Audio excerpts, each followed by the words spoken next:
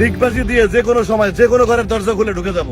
ঢাকাই সিনেমার পরিচিত মুখ জায়েদ খান কি তবে অভিনয় ছেড়ে নিউ ইয়র্কের রাস্তায় শ্রমিকের কাজ শুরু করলেন? গত কয়েকদিন ধরে নেট দুনিয়ায় একটি ছবি ঘিরে এমন প্রশ্নই ঘুরপাক খাচ্ছিল।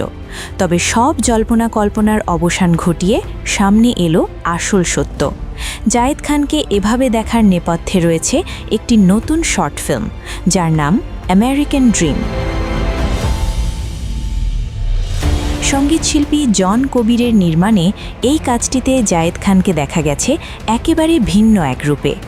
নিউ ইয়র্ক ভিত্তিক প্ল্যাটফর্ম ঠিকানা তাদের পেজে এই শর্ট ফিল্মটি প্রকাশ করার পর থেকেই নেটিজেনরা ইতিবাচক প্রতিক্রিয়া দিচ্ছেন। প্রবাসীদের সংগ্রাম, ত্যাগ এবং আমেরিকান ড্রিম বা আমেরিকান স্বপ্নের পেছনের রূঢ় বাস্তবতা ফুটে উঠেছে এই 2.5 মিনিটের কন্টেন্টে।